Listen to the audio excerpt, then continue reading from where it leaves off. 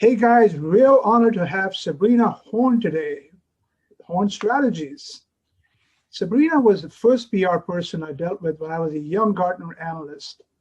She was representing PeopleSoft on that call, and I thought it would be a headbutting session, but she was so polite and so darn easy to work with. I said, boy, this is going to be great working with PR people, because it went downhill from there. Sabrina, I still have that great memory. It was 25 years ago, and you've done so well for yourself. So brag about yourself for a couple of minutes. Okay.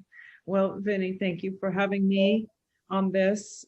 It's a pleasure. And yes, it was a long time ago that we got to know each other.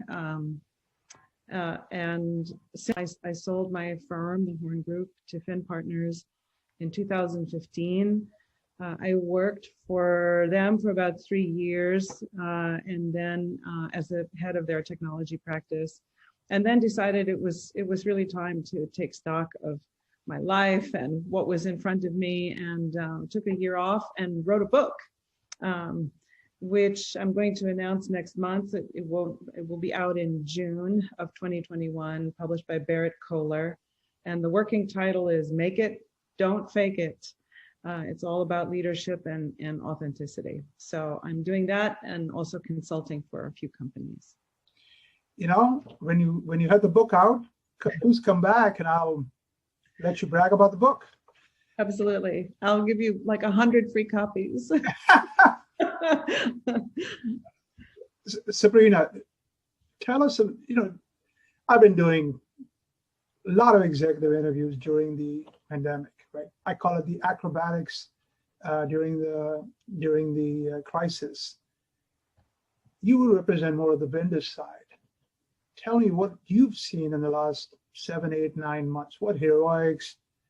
What has impressed you, and what has been, oh God, I wish things could be a little bit more, more energy. Tell us about the last few months. Yeah, I mean, so in as much as things have changed, some things have also stayed the same.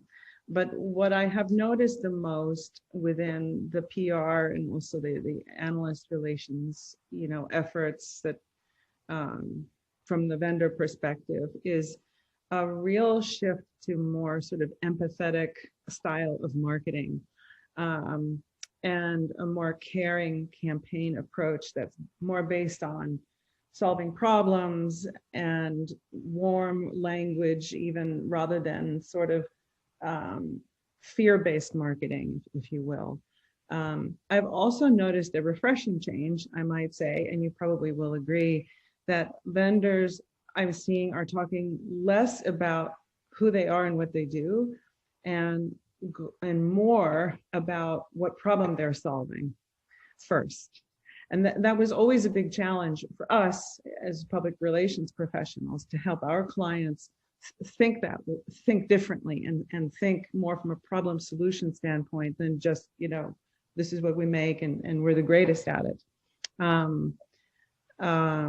There's also been a shift, I would say, in sort of a fear, actually, of what kind of news are we putting out there. We don't want to be ambulance chasing, but we still need to get the news out. So what do we actually, what do we do in marketing? What should we focus on? And the truth is, big funding announcements still need to be covered. And what big companies do still needs to get covered, and startups as well. But I think there's much more of a strategic thinking going on behind the scenes about, like, is this the right thing to say right now? It is, and of course, in marketing, you want to target an audience, and you need to speak to the trends that your market is dealing with. But this is a sensitive situation because of COVID. And so I think there's just a lot more sensitivity towards messaging and not appearing to come across as ambulance chasing in that regard. Sabrina, you make a good point. Early on in the pandemic, I did see that sensitivity. People would be like, Vinnie, I'm not sure we should be on your show. We don't want to come across bragging and so on. Yeah. But then I saw, probably 2-3 months into it, I saw a clear divergence where some vendors were just trying to sell what they had in the bag in January. And I kept saying, guys, the market is changing dramatically.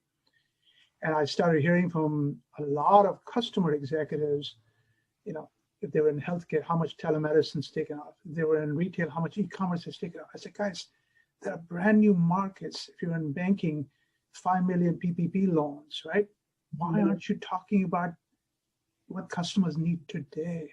So I've seen a little bit of the, I wish we could sell what we had in the bag. Yeah. Market had moved. Yeah. I mean, I think, to be honest, I think some of the people I spoke with in marketing, a few people I know at Oracle, for example, everybody was dealing with some sort of shock, right, on some level. And bigger organizations, you know, it's harder to turn the ship and to just automatically come up with a new message. You know, it takes a lot of time and a lot of people and a lot of process.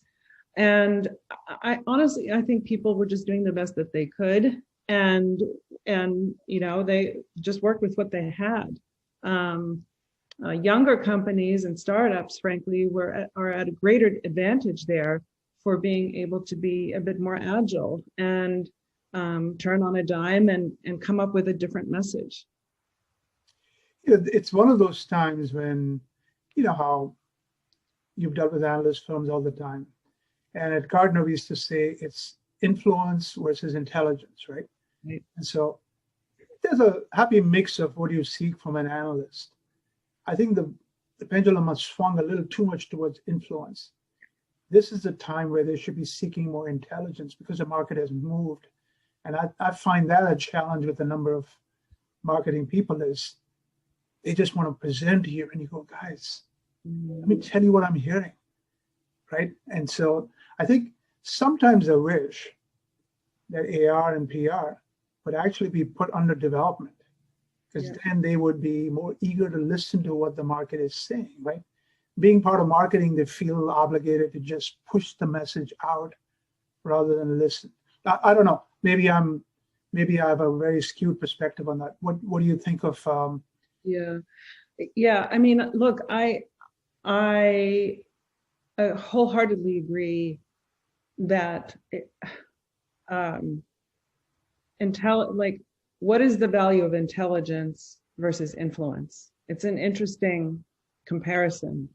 I hope that because of what we've all been through, that the intelligence provided by the analyst community can find a more permanent place within a product organization. However, I think it will. I think it will.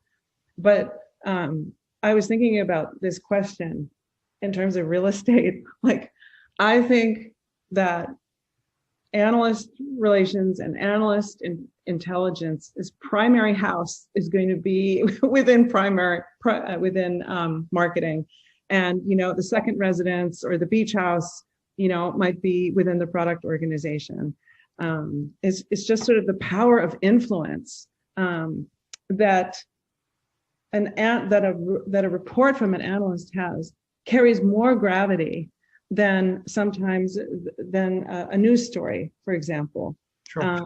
And so, you know, I think there's going to be more of a sharing into the product organization, you know, but that intelligence is still going to come from the marketing people. Those reports are going to be sent there. So I hope for that to continue, and I hope that it makes that shift. But I don't know how pervasive it will be. I like the way you put it. You know, the real estate analogy is good, because sometimes you just wonder if the product organization even gets to hear from the analysts. Right.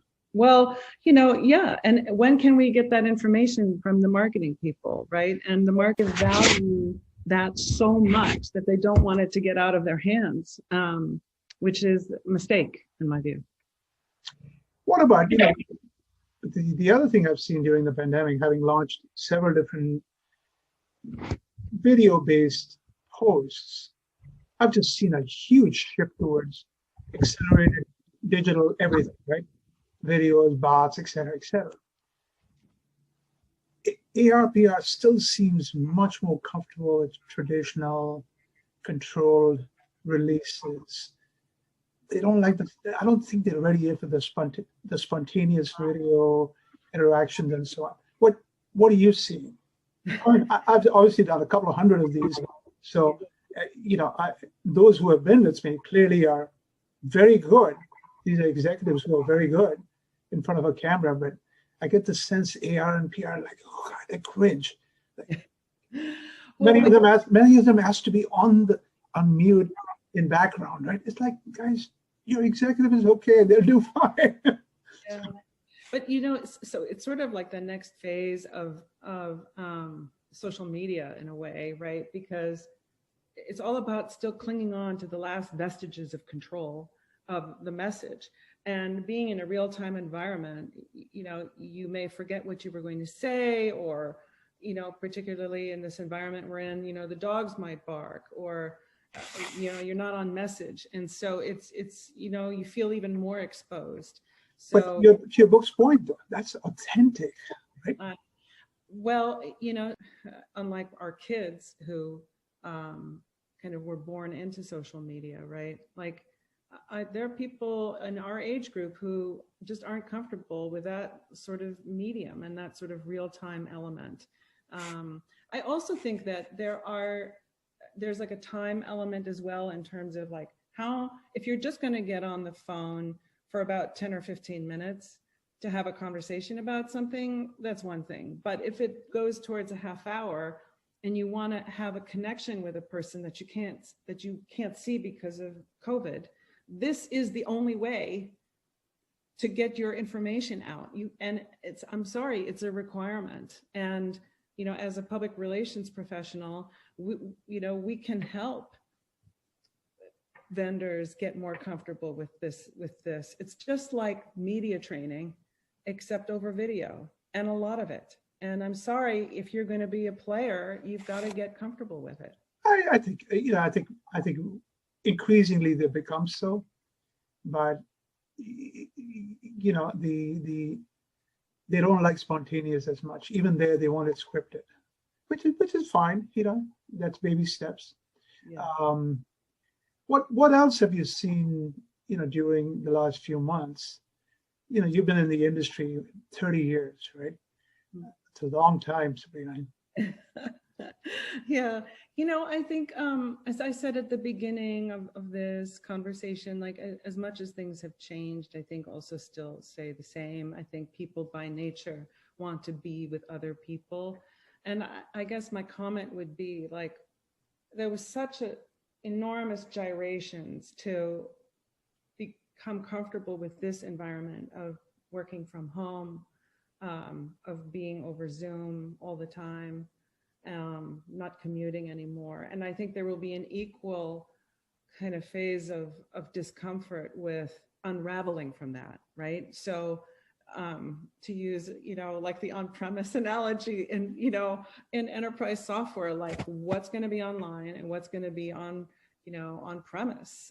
There's going to be a mixture of people wanting to continue to work from home and people who want to be in the office.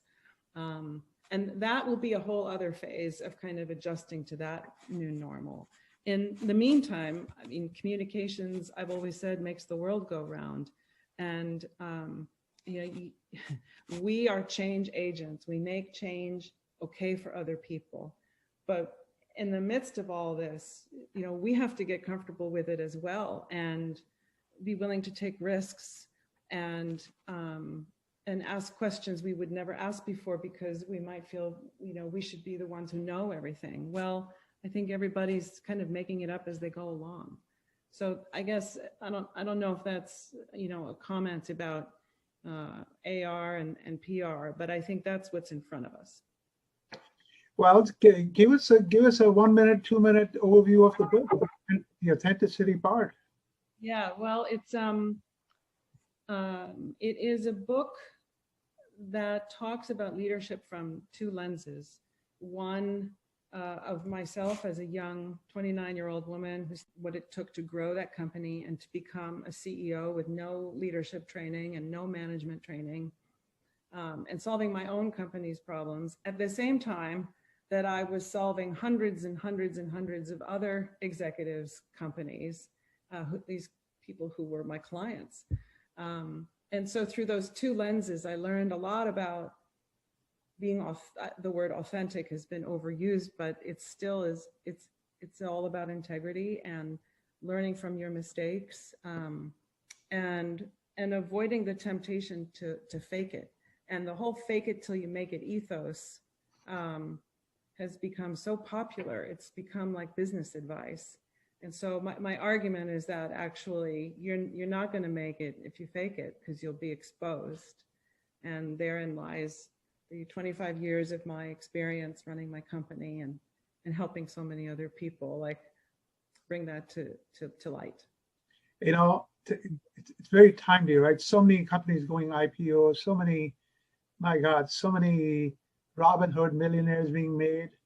And, you know, we're going through a very interesting time where people are, like you say, think they've made it when in fact, they're a long way from it. So, yeah. I mean, I'm sure you know these examples of, you know, all the entrepreneurs who maybe amplified a little bit, you know, too much of what their technologies could really do in their presentations, right? And as a PR person, right, I mean, people think we're all about spin, but actually, you know, we're not. We're about getting to the truth and sticking to it. And therein lies the, you know, the difficulty. have you had any, you know, in your career, have you had pushback when you told people to behave with integrity? Well, it's never a conversation about, you know, specifically integrity, although, you know, I can remember hundreds and hundreds of conversations with clients where I would say, you can't say that because it's not true. Or selling vision, but not reality. You know, it's within the confines of what is the truth, right? You have to find what is most compelling about a company and a technology. But it has to be based on reality and the truth. I can't wait to read all the little gory details. Hopefully, you're going to expose a lot. Well, maybe just a little. Well, then we'll have to have off the record one-on-one on. Yeah, you and me both. Yes. Sabrina, any other thoughts? No, I mean, this was really great. I think it's an important topic, right? And I don't have anything else to add, but I really enjoyed talking with you today. Sabrina, Merry Christmas. Same to you. Thank you so much for joining me. And, you know, 25 years later, you're still an absolute delight to talk to. So. Yes. Oh, thank you. Same to you, Vinnie, and wish you the best and very happy 2021 for all of us.